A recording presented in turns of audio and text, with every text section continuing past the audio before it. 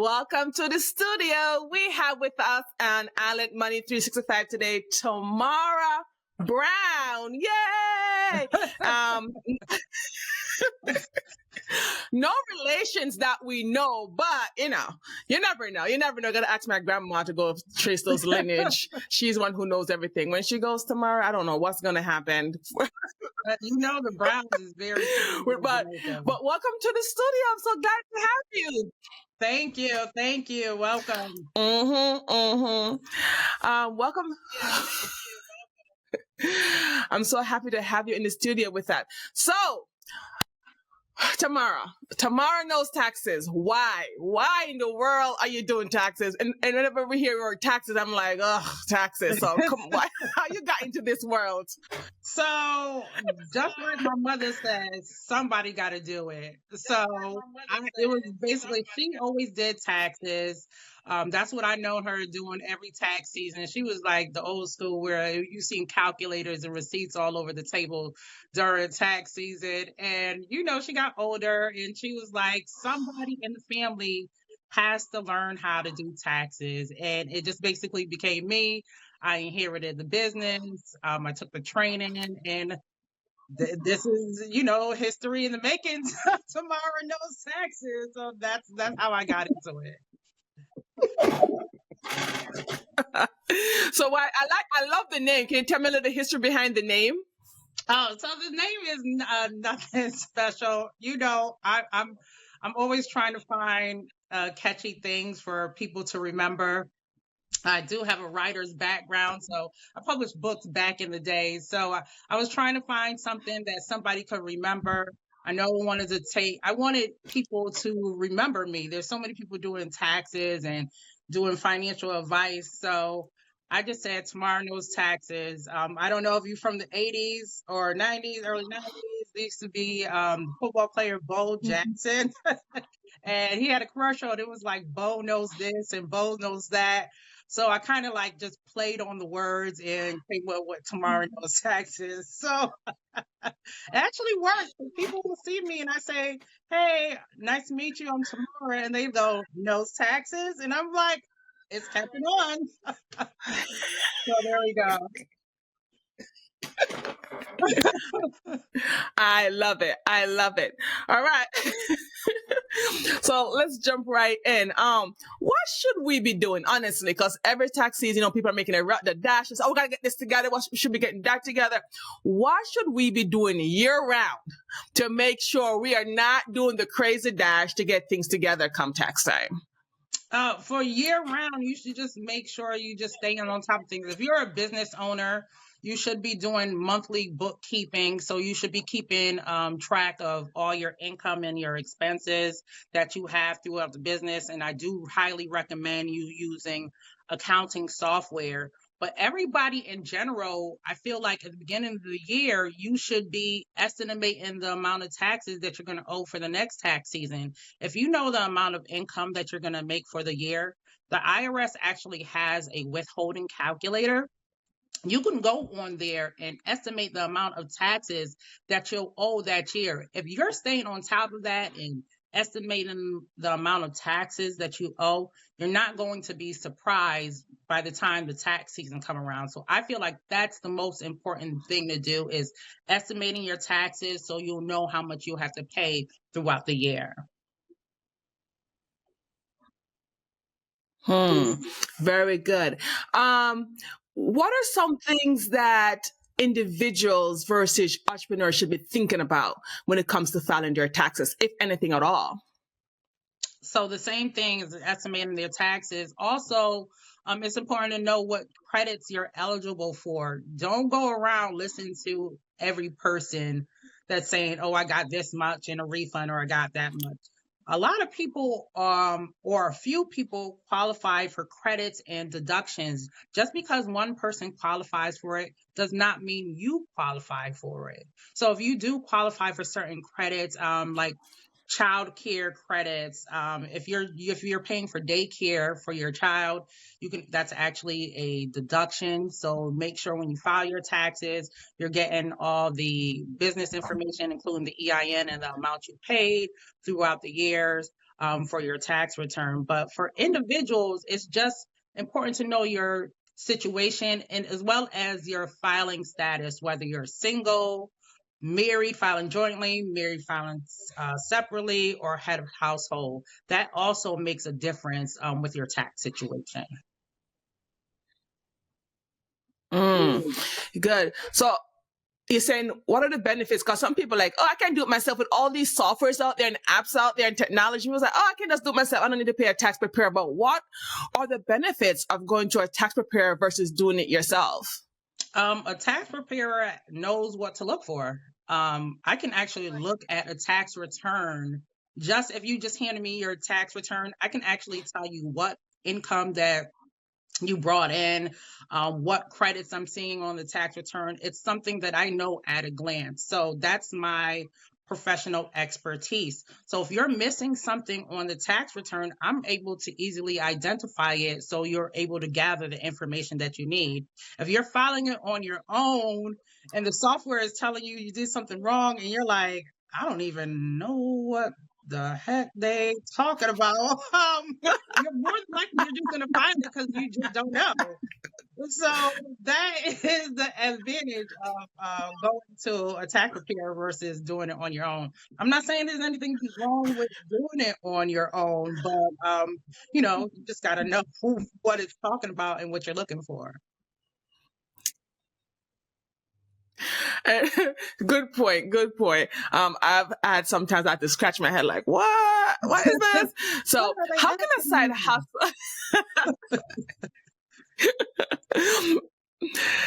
So how can a side hustle affect your taxes negatively or positively? Well, when you're a self-employed person or you're operating a business, I actually hate the term side hustle. But if you're operating a business, it can affect you because most of the people aren't withholding taxes when they're making that income, and all your income combined gets added together, and that's what you're taxed on. If you're working for somebody, they're automatically taking out the taxes because they give you that form when you first get hired. They ask you how much taxes you want to take out. You fill that out. When you're running things on your own, you're not doing that. There's no one automatically taking out the taxes for you. So you have to be the person responsible for taking out. And that's where you have to estimate the taxes and how much you owe, because if you're not and you're adding it to your income when you file your taxes, it's a potential that you may owe. But if your business is taking a loss, it's a potential that it may help your income as well. So there's ups and downs on it, but you just have to know what you're getting into and your profits and your losses and everything like that goes with it. So would you say those individuals that are doing Uber Eats and those ride shares, they really need to think of it as a business and say, hey, we need to take some money out? Like, what advice do you have for those individuals who may not say, I'm not really in a business, I'm just trying to make some extra cash on the side to pay my bills or pay down debt? Those are the ones that's especially that needs to be looking at it as a business, because they are working as contractors, and at the end of the year they give you a 1099 NEC. That's saying that I'm paying you as a contractor to do this job, so you're responsible for withholding the taxes. I actually have clients that does Uber Eats and DoorDash and stuff, and they've told me that there's people that they work with that says they don't have to file taxes because on the form it doesn't have a withholding. So some people just don't know what a 1099 is, and they think they don't have to do that, but you have to.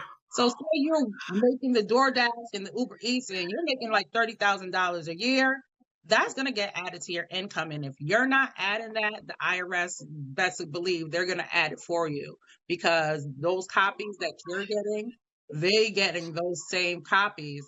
So you have to file your taxes, and you do have to think of yourself as a business. So just if you're out on the road and you're eating and you're not reimbursed for certain miles, and maybe you have to wear a certain special type of driving shoes, those are all eligible deductions. Those are business expenses that you can actually claim. And yes, you do need to be looking at it as, yes, you are a business because you are in the business of delivering food for people.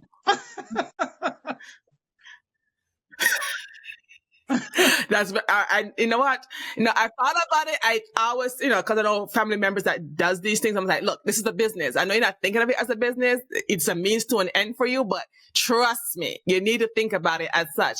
So Yeah. should we maintain a relationship with our tax preparer all year round? I recommend it. It's not, you shouldn't think about taxes once a year. That's when people come up with surprises. If you have a relationship with your tax preparer, you actually know the eligible deductions and stuff, things that might change. Say you started making more income, you didn't know how to handle that. Instead of you just ignoring it and just making new income, maybe you can reach out to your tax preparer and ask them how you should handle it. Anytime your financial situation or your life changes, you should be reaching out to your tax preparer and asking those questions. And a lot of us have these social media pages now. And well, you know what's funny? A lot of my clients don't even follow me on social media, and I'm giving out advice year round and things that can actually benefit them. But you should be following your tax preparer. If they have a social media page, you should be following them year round because they're not just talking about taxes once a year.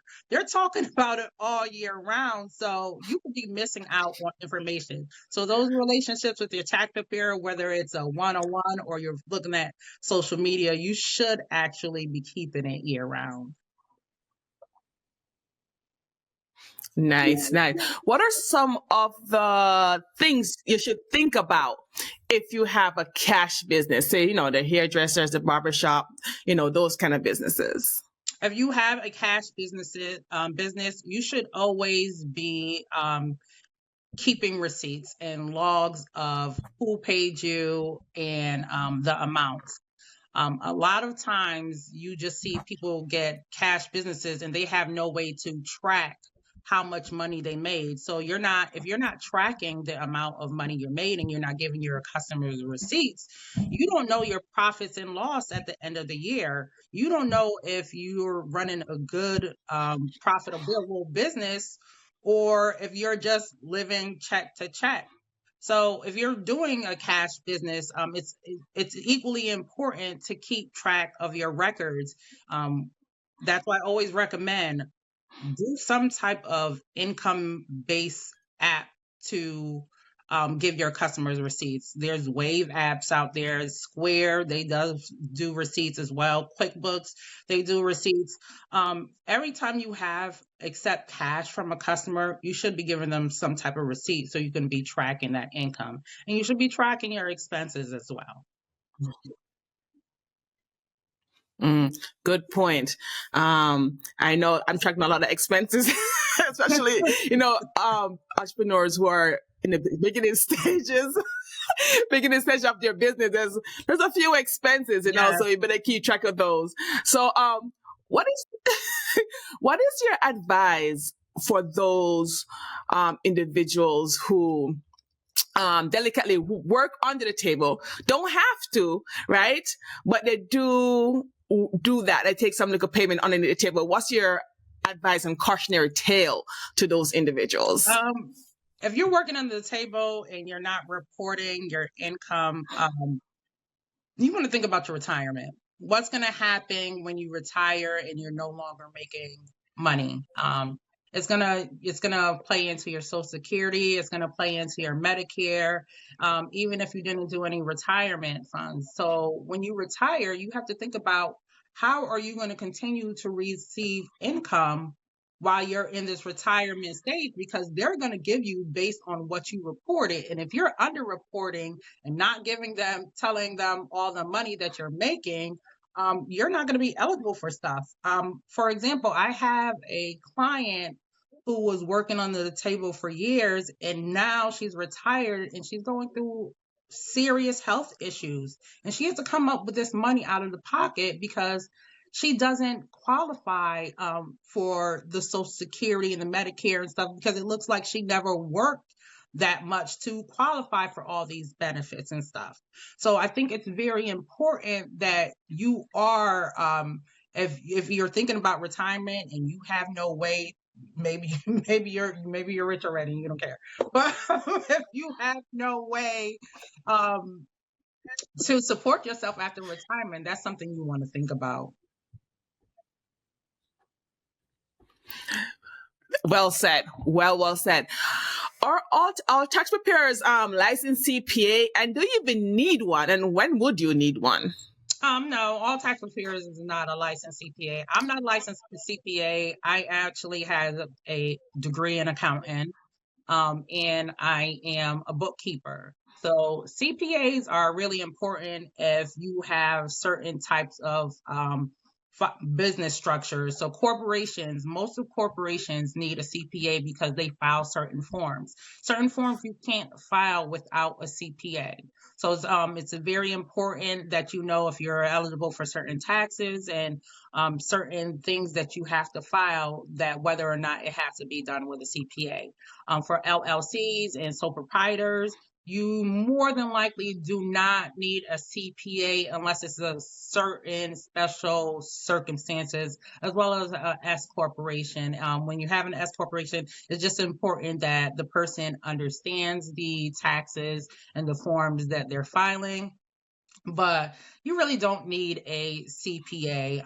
But if you are running a corporation, 9 times out of 10, you will need one.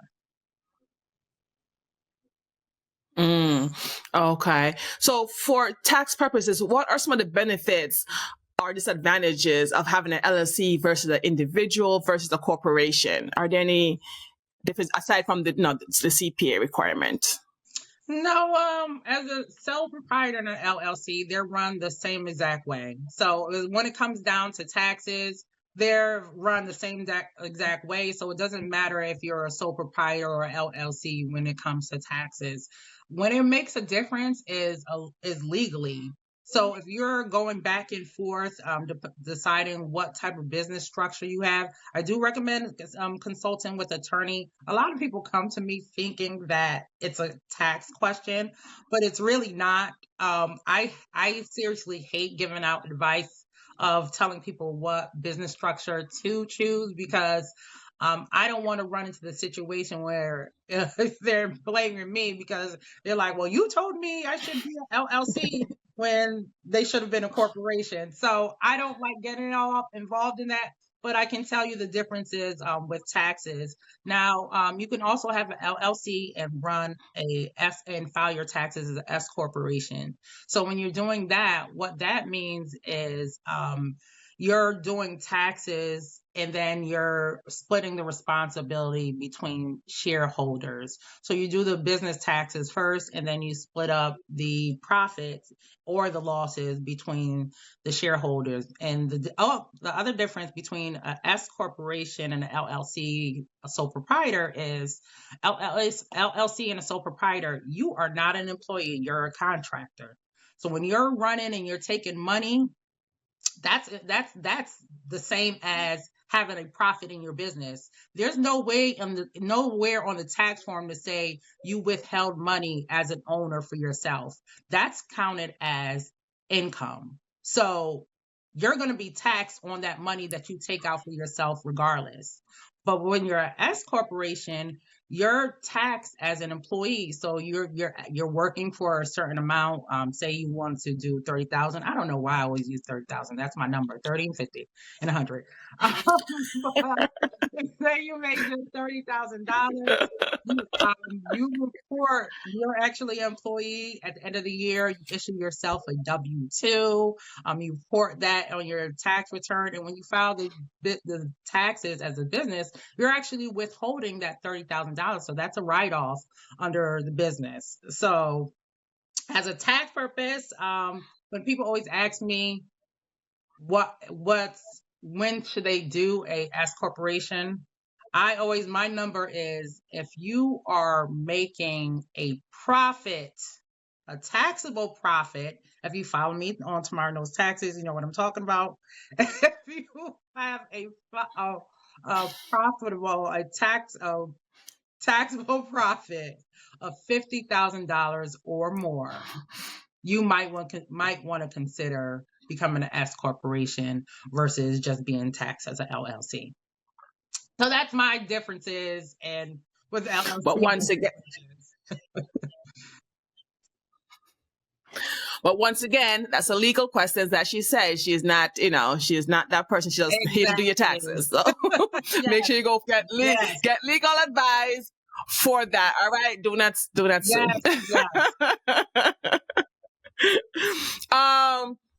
Is there a difference in treatment tax wise for consulting business versus those that sell products, an actual product? No, not really. It's all a business. So the only Physical difference product. yes, it's all a business. It's all income that you're making. The only difference you might see is in sales tax. So, different states operate sales tax differently. So Connecticut, it's some things, if you're running a service, some parts of your service may be taxable and some may not, as well as products. Most of the time, 9 times out of 10, the product is taxable, but you might go to another state where they don't have sales tax. So it's all based on sales tax. There's no difference when it comes to income tax or withholding. There's no difference whether it's a service or a product.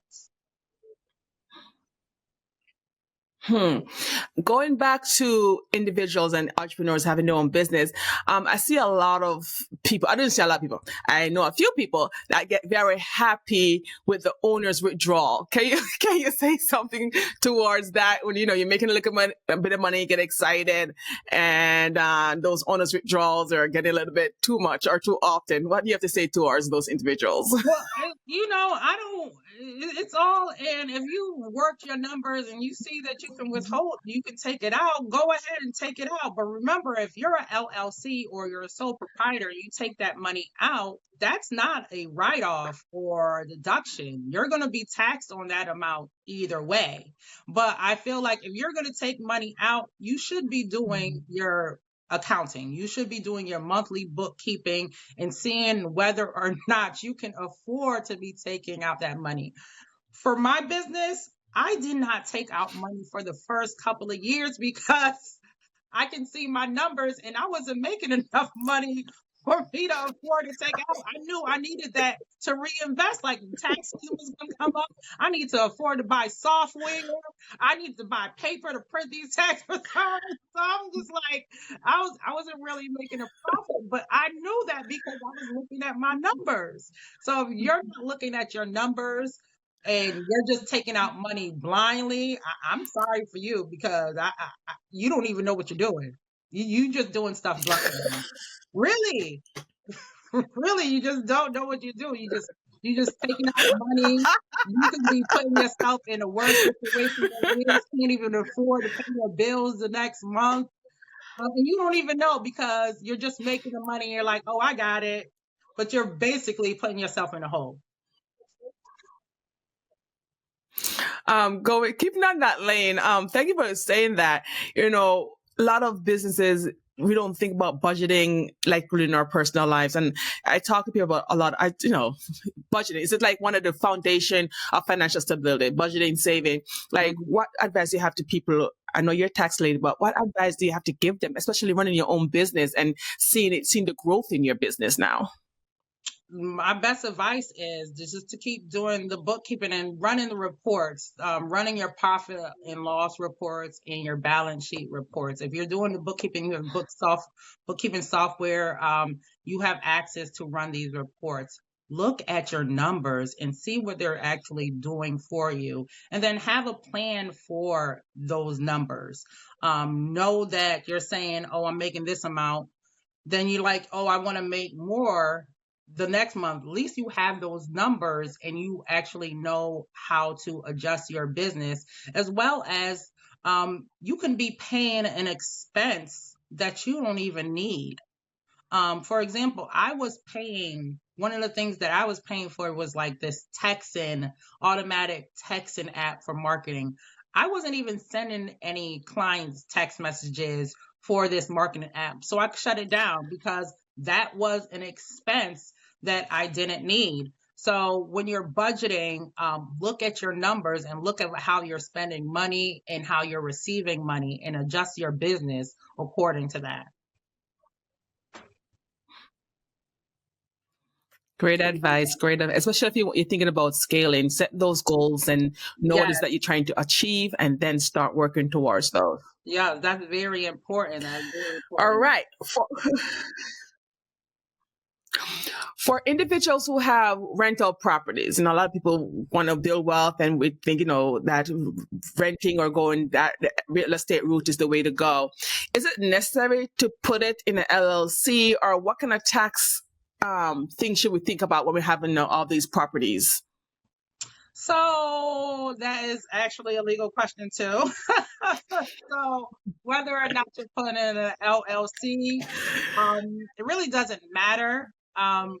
It will change how you do taxes a little bit differently. However, it's basically going to be the same how you report taxes. They're just reported, whether it's a business or it's an investment property, they're just reported on two different tax forms, but you still have the same eligible write-offs as if you were running a business.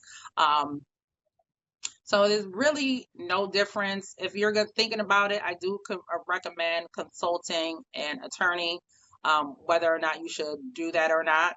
But you should be doing the same things, keeping track of your income, whether or not what expenses that you're paying on the property, if you're coming out anything out of your pocket. You should be tracking all those things if you have a rental property, because rental properties is a business just like any other thing.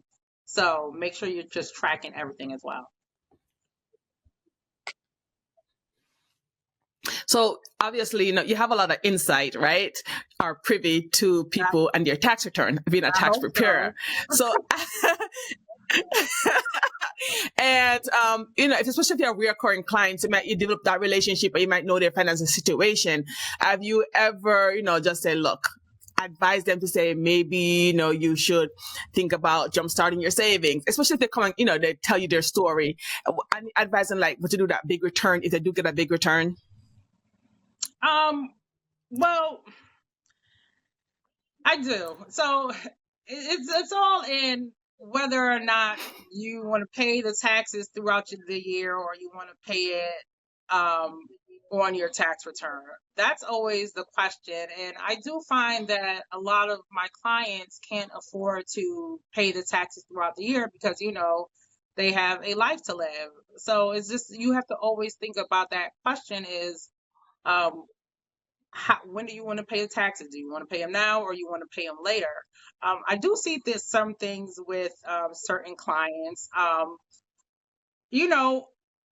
I never discourage anybody to not donate or go to church or anything, but I have clients where I can see where the amount of taxes they owe is the same amount of tithes that they pay throughout the year. And I say, well, and then when they have to owe that amount of taxes, and I'm like, well, you can adjust it a little bit, because if you're crying about the taxes, but you're willingly giving out this money throughout the year, maybe you want to reconsider and adjust the amount you go.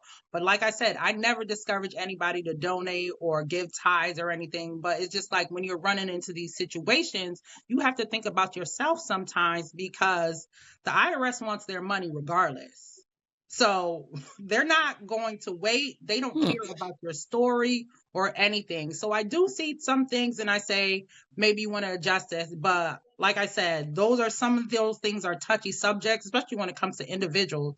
They're touchy subjects. So, you give them advice, and what they do with it is what they do with it. Can you claim your tithes?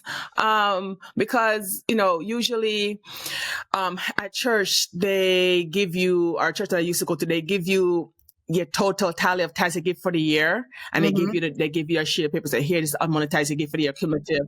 Can you claim your tithes on your taxes?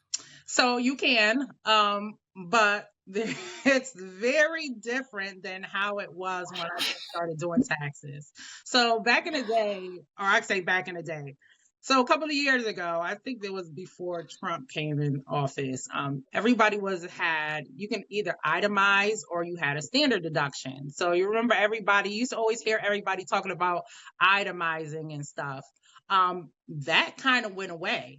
And what it didn't go away, but it adjusted the amount of people who's actually able to itemize right now. And your tithes was one of the things that actually boosted your itemized deduction. So you were able to claim it and was it was visible on your tax return. Since then, it's changed a little bit. So some have like you can claim up to $250. They did that around the COVID time, and then other times it was like $100. So every year it's been changing since then. But things that you're eligible for, you're always eligible to claim it. You never know. So I always say if you have someone that's doing your taxes and you know that you can possibly claim it, bring it to your tax preparer. They'll tell you whether or not it's if you can claim it or not. But tithes is something that you can report on your tax return. However, whether or not it's going to make a difference, it's always questionable. It's different every tax return. Hey, it's a big chunk. 1/10 is a big chunk, especially if you're bringing in a good salary. Some people do gross instead of net, so it can be impactful. Yeah, like I said, so a couple of years ago it made sense, but not so much anymore. But still bring it. So a lot of people. As a financial coach, I always tell people especially if they're struggling, if they're in debt or they have no savings, I say if you're getting a tax return, just think about jumpstarting your savings and start jumpstarting paying off those debts. Because some people get good tax returns, some people advise and take with a grain of salt, but do you see situations like that where people are like, oh, I'm so excited, and then they're like, I'm gonna go spend. I'm like, well, maybe not. What you do with your tax return is none of my business. So I do not give them any advice on how they should spend their tax return. I know some people are looking forward. I know some people need it.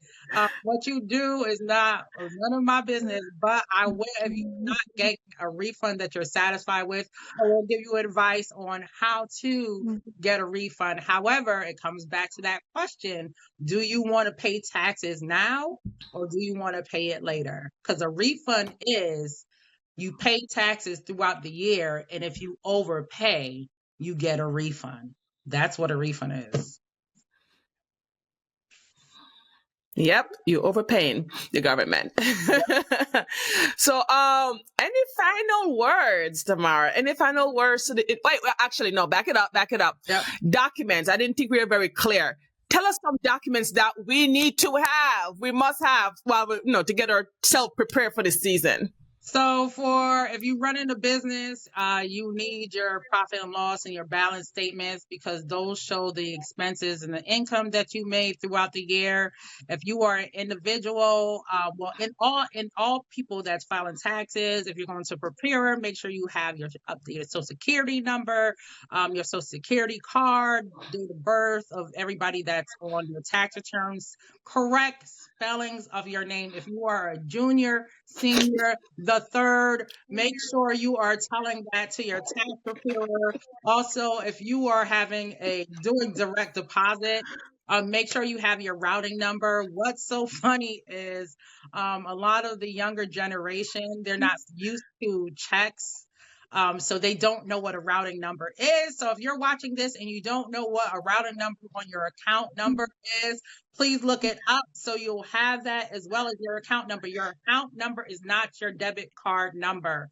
It is your bank number. So if you don't know that either, do not pull out your debit card and look for it. Look it up online or call your bank to find out what your account number is. Credits, like I said, if you're eligible for the credit, figure out what you need for it. If it's like the dependent child credit, make sure you have the EIN number for the daycare that your child is going to, as well as their address. If it's an individual that's taking care of your child, make sure that you have the person's social security number in order to claim that credit. There's so much stuff that I can go into, but like I said, if you know you're eligible for a credit, make sure you have everything that you need that you're eligible for, and look at your last year tax return and see what you actually claimed, because there's a good chance what you were able to claim last year, you're also able to claim this year. So any documentation that your tax preparer asks you for last year, make sure you have that with you this year. Because that'll make the process so much smoother. Just prepare. I always say over prepare. I love my clients that give me these thick binders every year. It drives me crazy, but at least I have time to go through it and look for everything that I need. So over prepare when you do your taxes, okay? And make sure you have all your statements. If you're working with somebody, how you have Social Security or you get retirement, make sure you have all your tax statements before you actually file, because if you don't and you file, you're going to have to do an amendment and refile all over again, and that's just a hassle you don't want to deal with. Yeah. So basically, documents are cause people to be delayed, right? Those are the top reasons that taxes are delayed or cause people to have a delay in filing their taxes. If you some are you didn't report all your income, so you're missing forms that you filed. Maybe your bank account information on the tax return is wrong. So always make sure that you're looking at your routing and your account number, because that can delay your tax return. If it's your first time claiming a dependent, they might do an extra verification check. So if you get this letter in the mail saying, we see that you claiming a dependent, can you just bring us this extra proof? Please don't freak out. Just send them the extra proof that they're looking for, because once they receive it, they'll release your refund. So those are the things that you should be looking for. Awesome. So any final word of wisdom before we go for individuals or entrepreneurs? Any final words? Just don't be scared of taxes. I know it's not a sexy topic, but don't be scared of topics. There are people that's down to earth. I feel like I'm down to earth, but there's people that's down to earth that will talk to you just like you talk to your homegirl or your homie every day about taxes. And I am one of those people. I try to make it comfortable. If you are running a business and you don't know what documents that you need, I am doing a workshop on January 18th in Hartford, Connecticut, where I'm going to actually be going over the documentations and things that people often miss on their tax returns. So I'm getting people prepared to actually file their taxes in that tax season. So just, follow me on social media. I'm always giving out that free advice that you need. So if you're scared to ask, I might just talk about it. And the question that you didn't know that you need answered, I might have talked about it already. So that's my final words. Tamara Knows Taxes. Now you know what I know. So you can find Tamara at Tamara Knows Taxes. That's our handle on Instagram. And do you have a website as well? Yep, TamaraKnowsTaxes.com. Hey, across the board. There you go. There you go. Well, thank you so much for dropping your knowledge. You're welcome. You're welcome. Thank you so much for dropping your knowledge here at Allet Money 365. And I'm sure I'll have you on again, because I'm sure I'm going to be one of those people that, I should have asked that question. But until next time, remember, keep your money IRA. Hey.